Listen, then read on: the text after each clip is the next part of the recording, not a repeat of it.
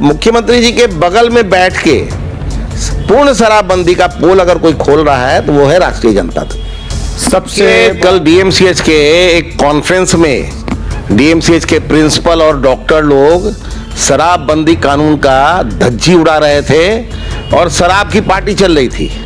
मैं माननीय नीतीश कुमार जी से जानना चाहता हूं कि शराबबंदी केवल गरीबों के लिए है। आप गरीब को सजा दे रहे हैं, उनको जेल भेज रहे हैं, दलितों को सजा दे रहे हैं, उनको जेल। शराबबंदी तो है नहीं, शराब का होम डिलीवरी हो रहा है बिहार में। देखिए, भारतीय जनता पार्टी ने स्पष्ट कर दिया है, हमारे सर्वमान्य नेताओं ने स्पष्ट कर दिया है कि नीतीश कुमार जी के लिए भारतीय जनता पार्टी का दरवाजा, खिड़की, रोशनदान सब बंद हो गया है।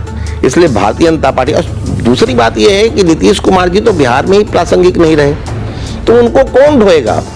वो तो अब यूपी झारखंड का भी अपना सब जगह दौरा करने वाला, या यूपी जाए या झारखंड जाए या दिल्ली जाए, अब उनको कौन सुनने वाला है? देखिए क्या है, बिहार में आप प्रासंगिक हैं और चले हैं देश में प्रासंगिकता सिद्ध करने के लिए, ये अब चलने वाला नहीं। नमस्कार, आदाब, सलाम, सत श्री अकाल। आप देख रहे हैं SR न्यूज़। मेरे साथ जो शख्सियत मौजूद हैं वो कोई परिचय के मोहताज नहीं है। प्रदेश प्रवक्ता है बीजेपी के जनाब प्रभाकर मिश्रा जी, अपनी बात बेबाकी से रखते हैं। विपक्ष हो, पक्ष हो, जिस तरह की बातें हो, लेकिन हर बात को जनता तक पहुंचाने के लिए तट पर खड़े रहते हैं। उसी विषय में आज इनके पास आ चुके हैं। अभी सबसे बड़ा विषय शराबबंदी का, जो कि शराबबंदी हुए काफ़ी वक्त बीत चुका है, लेकिन अभी तक शराबबंदी का मुद्दा ख़त्म नहीं हुआ। लगातार कुछ न कुछ शराबबंदी को लेकर सरकार घिराते रहती है। देखिए, कल डीएमसीएच के एक कॉन्फ्रेंस में डीएमसीएच के प्रिंसिपल और डॉक्टर लोग शराबबंदी कानून का धज्जी उड़ा रहे थे और शराब की पार्टी चल रही थी। मैं माननीय नीतीश कुमार जी से जानना चाहता हूं कि शराबबंदी केवल गरीबों के लिए है। आप गरीब को सजा दे रहे हैं, उनको जेल भेज रहे हैं, दलितों को सजा दे रहे हैं, उनको जेल भेज रहे हैं। क्या बड़े लोगों के लिए शराबबंदी नहीं है?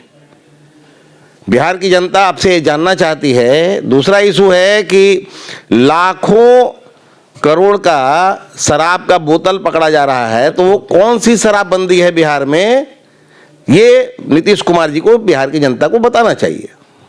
तो क्या लगता है कि विफलता ही इसको माना जाए कि लगातार शराबबंदी होने के बाद भी शराब पीते हुए लोग पकड़ाते हैं, शराब की बोतलें धराती है?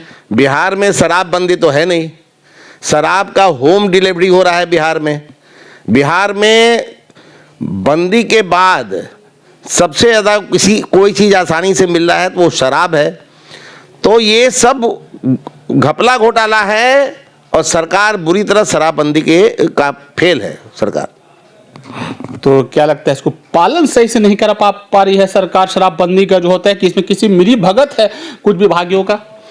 देखिए, मेरा स्पष्ट कहना है कि जब से राष्ट्रीय जनता दल के संपर्क में माननीय मुख्यमंत्री जी आ गए, जितने शराब के अवैध कारोबारी हैं सब राष्ट्रीय जनता दल के राष्ट्रीय जनता दल से संरक्षण प्राप्त लोग हैं। इसलिए शराबबंदी फेल हो गया है। आप देख रहे होंगे कि कई जगह शराब के खेप पकड़े गए, जिन लोगों की गाड़ी से पकड़े गए वो या तो जदयू के नेता थे या राष्ट्रीय जनता दल के नेता थे। तो मुख्यमंत्री जी के बगल में बैठ के पूर्ण शराबबंदी का पोल अगर कोई खोल रहा है तो वो है राष्ट्रीय जनता दल। सबसे बड़ा मुद्दा अभी लॉ एंड ऑर्डर का भी है। दानापुर कोर्ट में कैदी को ले आया जाता है, कोर्ट के अंदर उसकी हत्या हो जाती है, वो भी मर्डर उसको बोला जाए, उसको गोली मार दिया जाता है। कैसा लगता है, क्या ये लॉ एंड ऑर्डर, जब वहाँ कैदी एक जाता है वहाँ पे और कोर्ट में सुरक्षित नहीं है तो बाहर के लोगों का क्या हाल? देखिए, बड़ा हास्यास्पद बयान आया था डिप्टी सीएम साहब का कि 50,000 करोड़ का निवेश बिहार में आया और बिहार का माहौल अनुकूल है इसलिए निवेश आया। मैं बड़ा विनम्रता से डिप्टी सीएम साहब से कहना चाहता हूं कि आप जिस ओर इशारा कर रहे हैं, वो लोग 90 के दशक में व्यापारियों से भयादोहन करते थे, उनका अपहरण करते थे और अपहरण उद्योग फल फूल रहा था। आप 50,000 करोड़ का न्योता उन्हीं लोग को दे रहे हैं, क्योंकि बिहार की जनता जानती है कि चारों तरफ लूट है, मार है। लड़कियां कोचिंग जा रही हो तो उनको गोली मार दी जा रही है। मसौड़ी का मामला, पार्षद जो है, पार्षद के कार्यालय में गोली चला दी जा रही है। और अब तो जो सबसे सुरक्षित क्षेत्र माना जाता था कोर्ट के अंदर दिन दहाड़े हत्या हो रही है, तो कौन उद्यमी बिहार में आकर के अपना निवेश करेगा?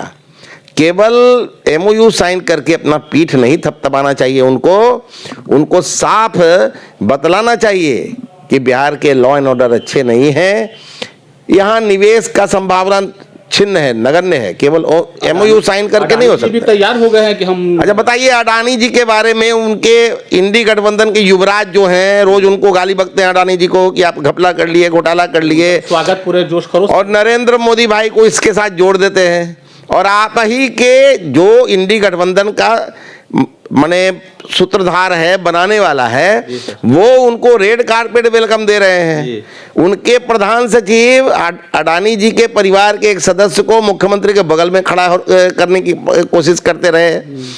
तो आप क्या मैसेज देना चाहते हैं? ये तो आपका दोहरा चरित्र है। एक तरफ आप अडानी को गाली बकते हैं, प्रधानमंत्री जी को कोसते हैं, और दूसरी ओर रेड कारपेट वेलकम करते हैं। बिहार की जनता आपके दोनों चरित्र से वाकिफ हो गई है।